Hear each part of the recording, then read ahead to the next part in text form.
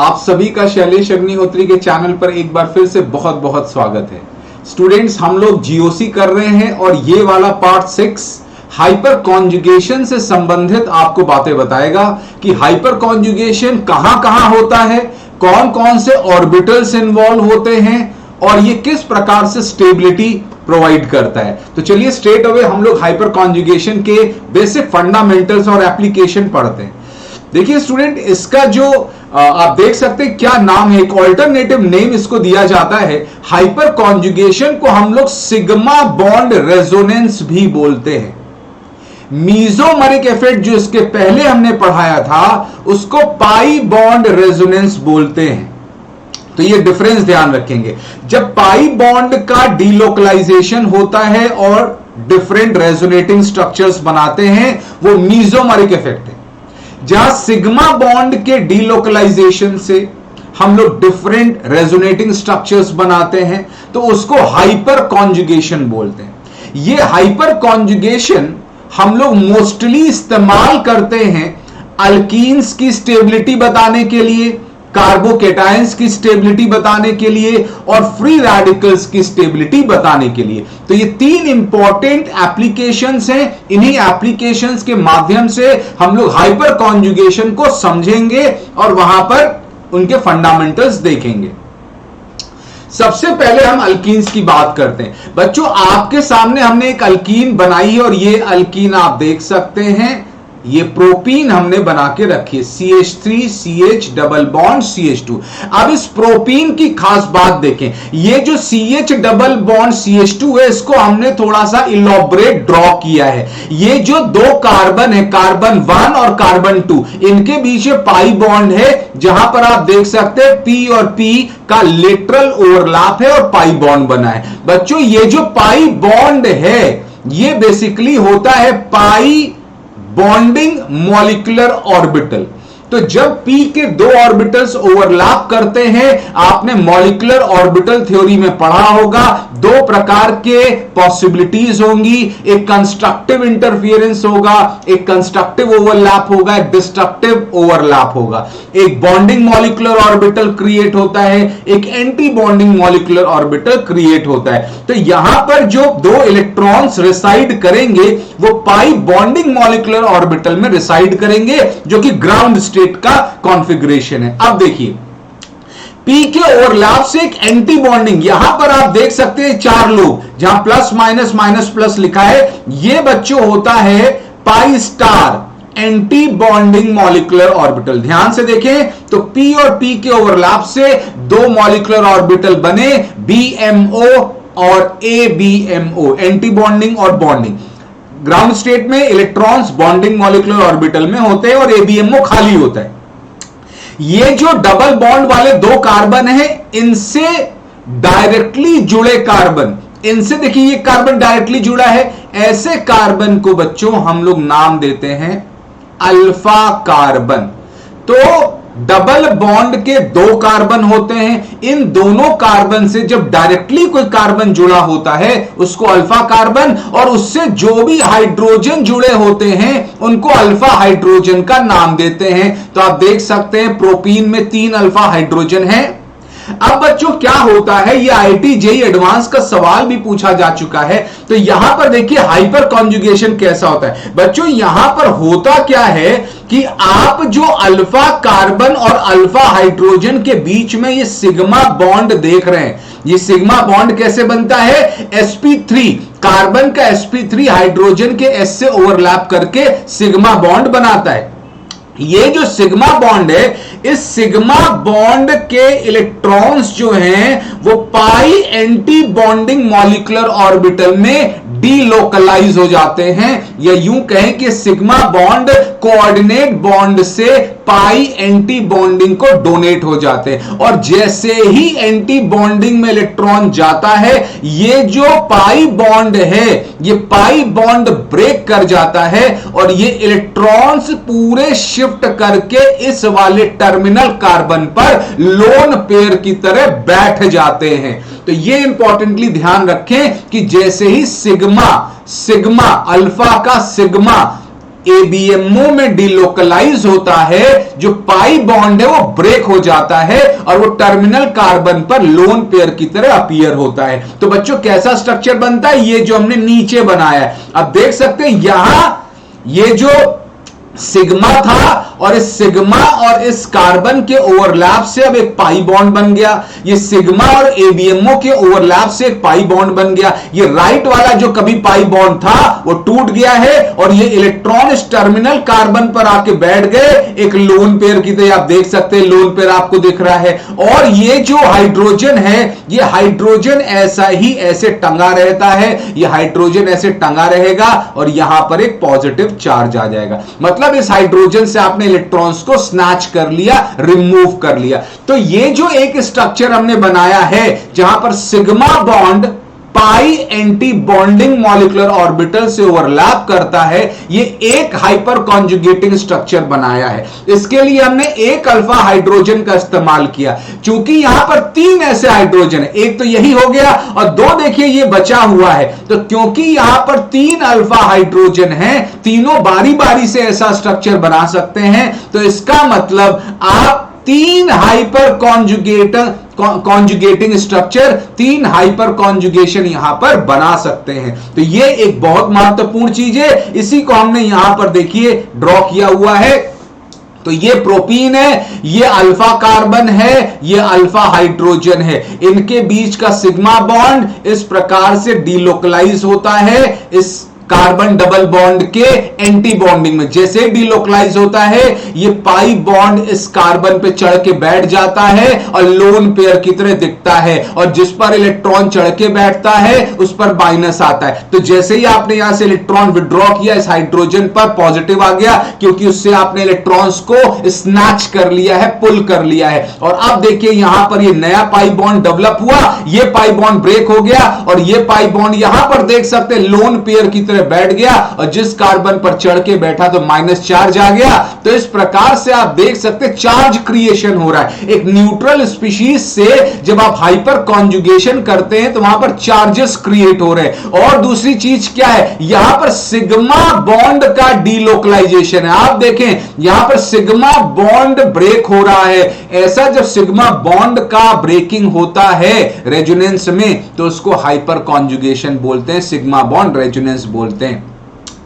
अब इसी प्रकार से 2 और हाइड्रोजन बचे थे, बारी बारी से देखिए जो सबसे लेफ्ट वाला हमने उससे कराया, उसका बॉन्ड इधर शिफ्ट हुआ और यहां पर अगेन पाई टूटा और इस कार्बन के ऊपर लोन पेयर की तरह बैठ गया। अब ये तीसरे वाले से भी, तो 3 हाइपर कॉन्जुगेटिंग स्ट्रक्चर बारी बारी से 3 अलग अलग हाइड्रोजन से आप बनाएंगे। तो आपने देखा कि कैसे यहां पर हमने हालांकि 4 रेजोनेटिंग स्ट्रक्चर्स दिखाए हैं, लेकिन हाइपर कॉन्जुगेटिंग इसमें कितने हैं, बी, सी और डी। जितने अल्फा हाइड्रोजन उतने हाइपर कॉन्जुगेटिंग स्ट्रक्चर्स। अब बच्चों हमने आपको बताया है जब भी किसी मॉलिक्यूल के लिए आप एक से ज्यादा लोएस्ट डॉट स्ट्रक्चर या रेजोनेटिंग स्ट्रक्चर लिख सकते हैं, तो एक्चुअल जो रिप्रेजेंटेशन है उस मॉलिक्यूल का वह कोई एक स्ट्रक्चर पूरी तौर पर नहीं कर सकता। उस कंपाउंड को, उस मॉलिक्यूल को कंप्लीटली रिप्रेजेंट करने के लिए आपको हाइब्रिड का सहारा लेना होता है। और हाइब्रिड कैसे बनता है, हाइब्रिड बनता है जितने भी उसके रेजोनेटिंग स्ट्रक्चर हैं सब कुछ ना कुछ अपना योगदान देते हैं, कॉन्ट्रीब्यूशन देते हैं, और उन सारे योगदान कंट्रीब्यूशन को मिला के हाइब्रिड का फॉर्मेशन होता है। कौन सा स्ट्रक्चर कितना कंट्रीब्यूट करेगा यह निर्भर करता है उसकी स्टेबिलिटी पर। जितना स्टेबिलिटी ज्यादा होगा उतना उसका कंट्रीब्यूशन भी ज्यादा होगा। तो बच्चों जब आप इसके हाइब्रिड को देखेंगे, आप बात को समझें, आप चारों स्ट्रक्चर से लेंगे तो यहां पर जैसे इस कार्बन हाइड्रोजन बॉन्ड की हम बात करते हैं, जो ऊपर वाला कार्बन हाइड्रोजन बॉन्ड है, हम बच्चों इसकी बात करते हैं, तो यहां से आप देख रहे हैं पूरा बॉन्ड आया, यहां से कोई बॉन्ड नहीं है। अब देखिए कोई बॉन्ड नहीं है, इसलिए इसका नाम हम एक और देते हैं, नो बॉन्ड रेजोनेंस। तो हाइपर कॉन्जुगेशन का एक नाम हम लोग और देते हैं, नो बॉन्ड रेजोनेंस, क्योंकि यहां बॉन्ड ही गायब हो जाता है। तो यहां पे आप देख रहे हैं कोई बॉन्ड नहीं है, तो यहां बॉन्ड ऑर्डर 1 है, यहां बॉन्ड ऑर्डर 0 है, यहां अगेन बॉन्ड ऑर्डर 1, यहां अगेन 1। तो आप सोचिए एवरेज जब लेंगे 1 0 1 1, तो आप एवरेज लीजिए, तो जब आप एवरेज लेंगे तो 1 1 1 3, और जब आप डिवाइड करेंगे तो 4 स्ट्रक्चर है। तो कहीं ना कहीं आप देखेंगे, ये तो हमने वेग तरीके से निकाला, ये आप देख सकते हैं अगर वेग तरीके से भी देखें तो 1 से कम हो जाएगा, यानी जो बॉन्ड ऑर्डर होगा वो 0 और 1 के बीच का होगा, यानी वहां पार्शियल बॉन्ड होगा। क्या होगा? Partial bond. तो आप देख सकते हैं हाइब्रिड में हमने ब्रोकन लाइन बनाई है, ब्रोकन लाइन मतलब वहां कंप्लीट बॉन्ड नहीं है। तो ये वाला जो बॉन्ड है बच्चों, इसके बॉन्ड ऑर्डर के बारे में क्वेश्चन पूछ सकता है, तो आपका जवाब होगा यह 0 और 1 के बीच का होगा, 1 नहीं होगा। पहला ही ऑप्शन 1 देगा, मोस्ट ऑफ द स्टूडेंट 1 टिक करेंगे, गलत होगा। ठीक है, तो 0 और 1 के बीच का होगा। अगली चीज जब आप देखें तो यहां पर ये जो 2 कार्बन है, ये जो 2 कार्बन है, जहां पहले ये वाले 2 कार्बन आप देखें, यहां पर अब पाई बॉन्ड डेवलप हो रहा है। ये देखिए पाई बॉन्ड डेवलप हो गया, और यहां से जो पाई बॉन्ड है, ये जो दूसरा वाला है वो गायब हो गया। तो कहीं ना कहीं जो पाई बॉन्ड है इस वाले में डेवलप हो रहा है, तो पार्शियल होगा। क्यों पार्शियल होगा? क्योंकि यहां देखे नहीं था, बाकी सब में है, तो एवरेज लेंगे तो पार्शियल आएगा, स्वाभाविक सी बात है। इसी प्रकार यहां अगर देखेंगे तो आप देखिए यहां पर बॉन्ड है, बाकी सब में नहीं है, तो जो भी आएगा पार्शियल आएगा। तो यहां भी एक पार्शियल डबल बॉन्ड कैरेक्टर, यहां भी partial bond double bond character. तो बच्चों ये वाले जो बॉन्ड होंगे, इनका अगर इन दोनों के बॉन्ड ऑर्डर के बारे में आएगा तो आपको लिखना होगा ये 1 और 2 के बीच का है, 1 और 2 के बीच का है, क्योंकि जो दूसरा है वो कंप्लीट नहीं है, वो पार्शियल है। और उसका कारण क्या है? Hyper conjugation. तो इस प्रकार से आप कई सवाल का जवाब दे सकते हैं। अगला आप जवाब क्या दे सकते हैं कि चार्जेस का डिस्ट्रीब्यूशन। आप देखें हाइड्रोजन पर बारी से बारी देखिए प्लस चार्ज आ रहा है, तो कहीं ना कहीं इनका अपना अपना कंट्रीब्यूशन होगा। तो एक पार्शियल पॉजिटिव कैरेक्टर तीनों हाइड्रोजन पर आएगा। तो बच्चों यहां पर भी एक पार्शियल पॉजिटिव है, यहां पर भी पार्शियल पॉजिटिव है, यहां पर भी पार्शियल पॉजिटिव है, और ये जो तीनों स्ट्रक्चर्स हैं बी, सी और डी, ये इक्विवेलेंट हैं, तो इनके कंट्रीब्यूशन सेम होंगे। बी सी डी के कंट्रीब्यूशन सेम होंगे क्योंकि इक्विवेलेंट है। ठीक है, तो इसका मतलब ये पार्शियल पॉजिटिव चार्ज जो डेवलप हो रहा है सब पर बराबर होगा। तो इस पर भी सवाल आ सकता है। अगला इंपॉर्टेंट चीज कि यहां आप देखिए कार्बन पर, टर्मिनल कार्बन पर जो नेगेटिव आया है, तो इनका जो कंट्रीब्यूशन होगा हाइब्रिड में, उसकी वजह से टर्मिनल पर एक पार्शियल नेगेटिव चार्ज डेवलप होगा।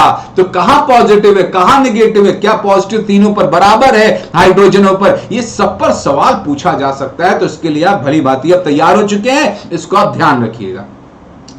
अगला जो केस उठता है बच्चों, वो उठता है कि क्या हाइपर कॉन्जुगेशन अल्कीन की स्टेबिलिटी बताता है? बिल्कुल बताता है।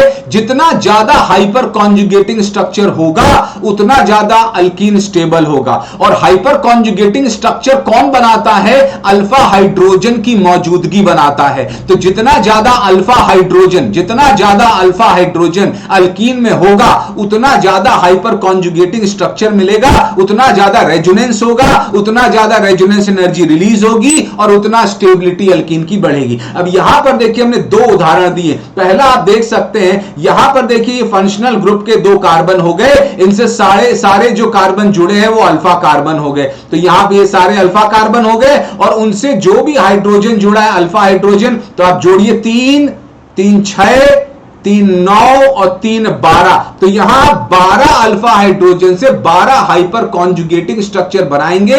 और अब आप दूसरा वाला उदाहरण देखिए, ये 2 हो गए फंक्शनल ग्रुप के कार्बन, इससे जुड़े कार्बन देखिए, यहां ये कार्बन ही नहीं है, ये तो हाइड्रोजन है। तो यहां तो इधर तो अल्फा हाइड्रोजन होगा नहीं, लेकिन यहां पर है 3 3 6 और 3 9, यहां 9 हाइपर कॉन्जुगेटिंग स्ट्रक्चर। तो जब रेजोनेंस कम होगा तो कम रेजोनेंस एनर्जी निकलेगी, तो स्टेबिलिटी रिलेटिवली कम होगी। तो इस प्रकार से अल्कीन की स्टेबिलिटी को हाइपर कॉन्जुगेशन से समझाया जा सकता है।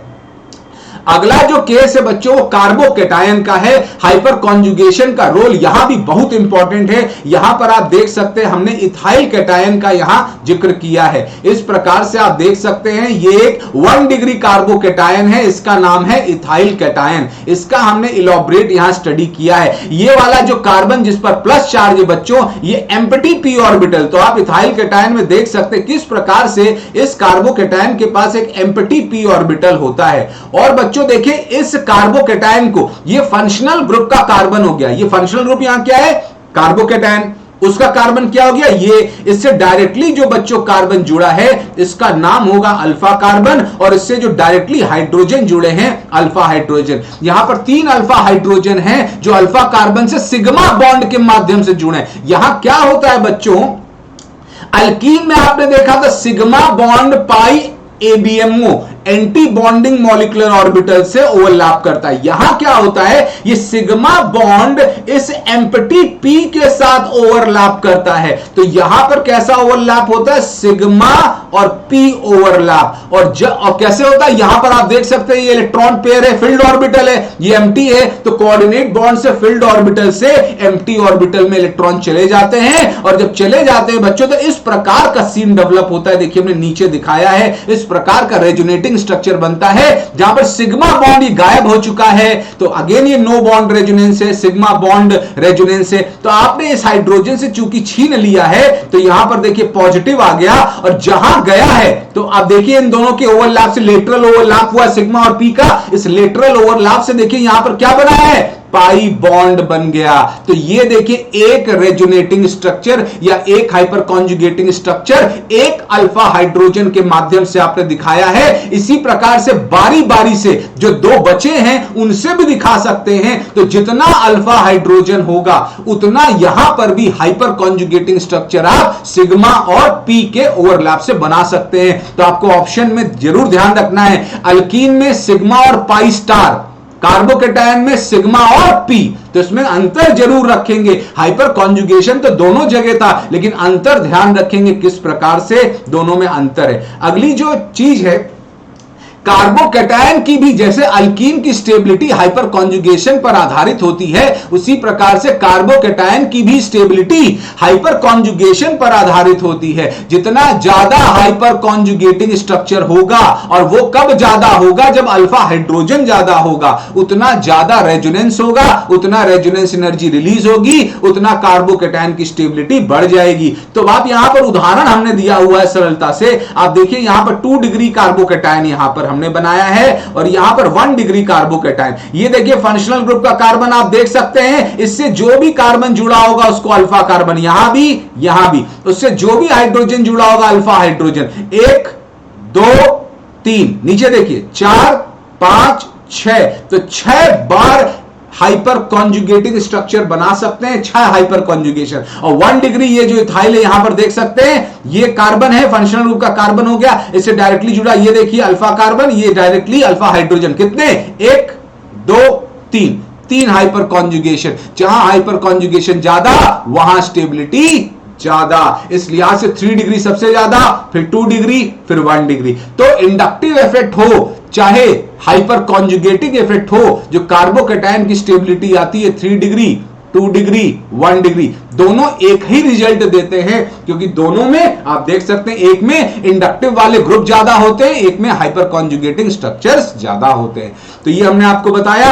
अगली जो चर्चा है वो है कि कैसे इसका हाइब्रिड बनाया जाए। तो अब देखिए हाइब्रिड आपको कैसे बनाना है। आप सोचिए बारी बारी से आप हाइड्रोजन, ये देखिए ये अल्फा कार्बन है और ये अल्फा हाइड्रोजन है, बारी बारी से ये सिग्मा बॉन्ड आप हटा रहे थे, तो जब हटाएंगे तो नो बॉन्ड रेजोनेंस हो जाएगा, तो वहां पर 0 बॉन्ड हो जाएगा। तो उसका जब कंट्रीब्यूशन लेंगे तो एवरेज क्या आएगा?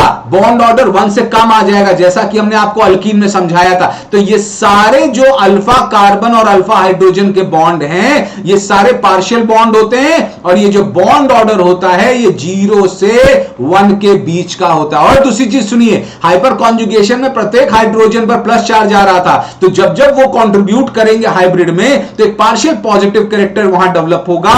और आप समझे जो तीनों रेजोनेटिंग स्ट्रक्चर थे हाइपर कॉन्जुगेटिंग, तीनों इक्विवेलेंट थे। अगर आप यहां पर ध्यान दें तो यहां पर तीनों स्ट्रक्चर इक्विवेलेंट है। इस प्रकार से जब आप तीन स्ट्रक्चर बनाएंगे, तीनों इक्विवेलेंट स्ट्रक्चर होंगे और तीनों का कंट्रीब्यूशन सेम होगा, तो ये जो पार्शियल पॉजिटिव है ये पार्शियल पॉजिटिव भी सेम होगा। उसके बाद यहां ये जो कार्बोकैटायन का प्लस चार्ज था, वो स्ट्रक्चर जब हाइपर कॉन्जुगेटिंग बनाते हैं, अब आप देखिए इस बात को भी समझें, जब आपने हाइपर कॉन्जुगेटिंग स्ट्रक्चर बनाया तो ये जो प्लस चार्ज था यहां से उठ के हाइड्रोजन पर चला गया, तो यहां से तो चला गया, तो जब आप सारे स्ट्रक्चर का कंट्रीब्यूशन लेंगे तो यहां पर आप देखिए कोई चार्ज नहीं है, तो जो भी इस कार्बन पर चार्ज आएगा वो इसी स्ट्रक्चर से आएगा। इसका मतलब यहां पर पार्शियल पॉजिटिव चार्ज क्रिएट होगा और आप देख सकते हैं पार्शियल पॉजिटिव चार्ज होगा। ठीक है, तो ये और आपको बताएं, ये जो पार्शियल पॉजिटिव चार्ज है ये इन चार्ज से ज्यादा होगा, क्योंकि यहां पर जो चार्ज ये वाला जो स्ट्रक्चर होता है, जहां पर अब आप जो मेन कार्बोकैटायन, अब आपको यहां पर ये जो स्ट्रक्चर्स आप देख रहे हैं, ये वाला जो कार्बोकैटायन है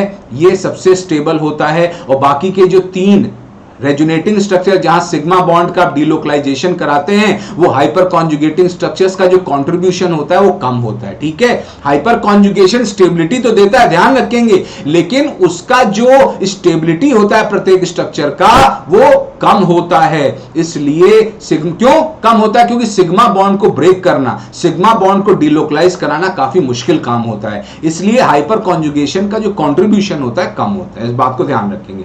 अगली जो इंपॉर्टेंट चीज है वो है फ्री रेडिकल। अगला जो हाइपर कॉन्जुगेशन का इस्तेमाल हम लोग करते हैं वो फ्री रेडिकल्स में करते हैं। यहां पर आप देख सकते हैं ये हमने एक फ्री रेडिकल लिया है, इथाइल फ्री रेडिकल। इसको आप इस प्रकार के स्ट्रक्चर से देख सकते हैं। ये देखिए हमने ये एक इथाइल फ्री रेडिकल लिया। फ्री रेडिकल यानी इस कार्बन पे आप देख सकते हैं एक अनपेयर्ड इलेक्ट्रॉन है जो कि p ऑर्बिटल में, तो आप जानते हैं कार्बन sp2 हाइब्रिडाइज होता है। यहां पर आप देख सकते हैं ये देखिए फ्री रेडिकल है, अनपेयर्ड इलेक्ट्रॉन है। ये p ऑर्बिटल हमने बनाया है, ये सिमेट्री है, प्लस है माइनस है, चार्ज नहीं है, ऑर्बिटल की सिमेट्री है।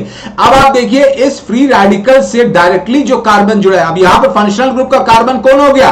फ्री रेडिकल का कार्बन हो गया, ये फंक्शनल ग्रुप का कार्बन हो गया। इससे डायरेक्टली जो कार्बन जुड़ा है, ये कार्बन क्या होता है? ये होता है अल्फा कार्बन, और इससे जो डायरेक्टली हाइड्रोजन जुड़े हैं ये क्या होते हैं? Alpha hydrogen. तो आप देख सकते हैं यहां 3 अल्फा हाइड्रोजन है, प्रत्येक से आप एक एक हाइपर कॉन्जुगेटिंग स्ट्रक्चर बनाएंगे 3। यहां पर कैसा ओवरलैप होता है और कैसे काम होता है इस बात को समझिए। एडवांस में इसी पर सवाल पूछेगा, कितने स्ट्रक्चर है ये नहीं पूछेगा, क्या क्या वहां मैकेनिज्म इन्वॉल्व है, कौन से ऑर्बिटल इन्वॉल्व है, कौन से वहां पर ओवरलैप इन्वॉल्व है, इसको पूछेगा। तो बच्चों यहां पर क्या होता है कि ये जो रेडिकल है, इस रेडिकल के वजह से ये जो सिग्मा बॉन्ड है इसकी होमोलिसिस होती है। तो होमोलिसिस में क्या होता है कि ये जो हाइड्रोजन है ये एक इलेक्ट्रॉन लेके अलग हो जाता है और ये कार्बन पर एक इलेक्ट्रॉन आ जाता है। ये कार्बन का जो एक इलेक्ट्रॉन है वो इस इलेक्ट्रॉन से फिर लेटरल ओवरलैप कर लेता है। तो यहां पर अगेन आप समझें इन दोनों का ओवरलैप हो रहा है, जिसमें सिग्मा बॉन्ड और p ऑर्बिटल अगेन इन्वॉल्व है।